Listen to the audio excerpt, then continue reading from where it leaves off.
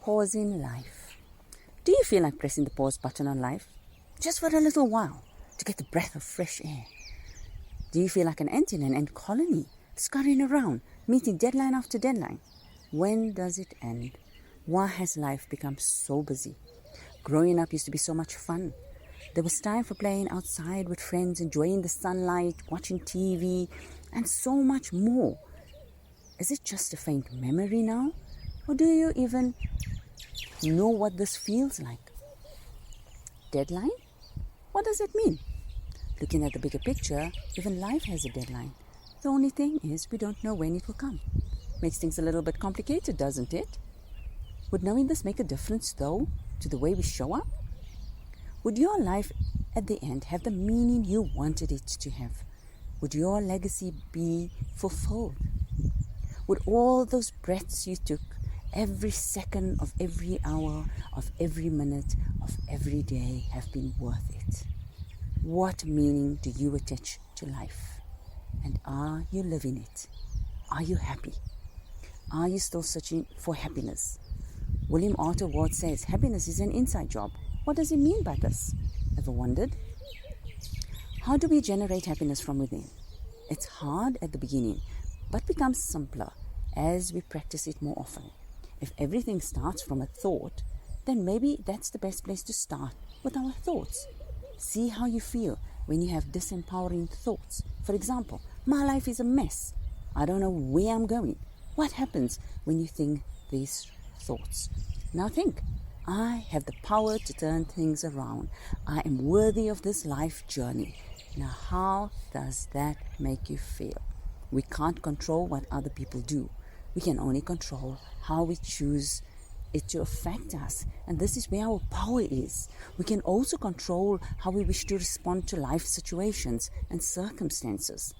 When we decide to do something or not to do something, guess what? We have made a decision. So how do we know if the decisions we are making is good for us? It is based on how that decision makes us feel, how it affects us emotionally, and how it affects the people around us.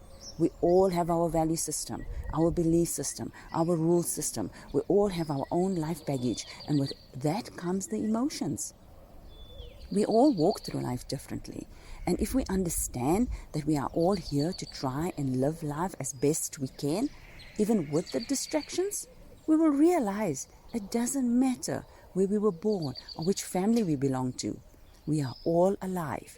We have blood running through our veins. We have a brain, a body, a mind, and a soul.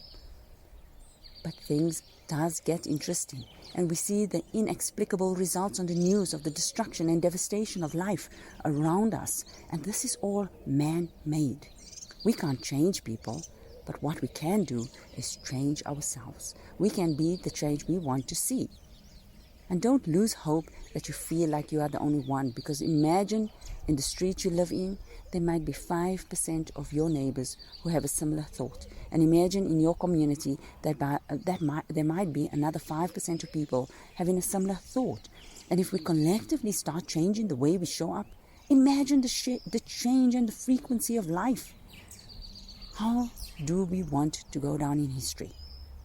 As the people who destroyed humanity, or as the people who tried to build it up? We all have a choice. It is all in our hands. I say, feel it, live it. Only you can.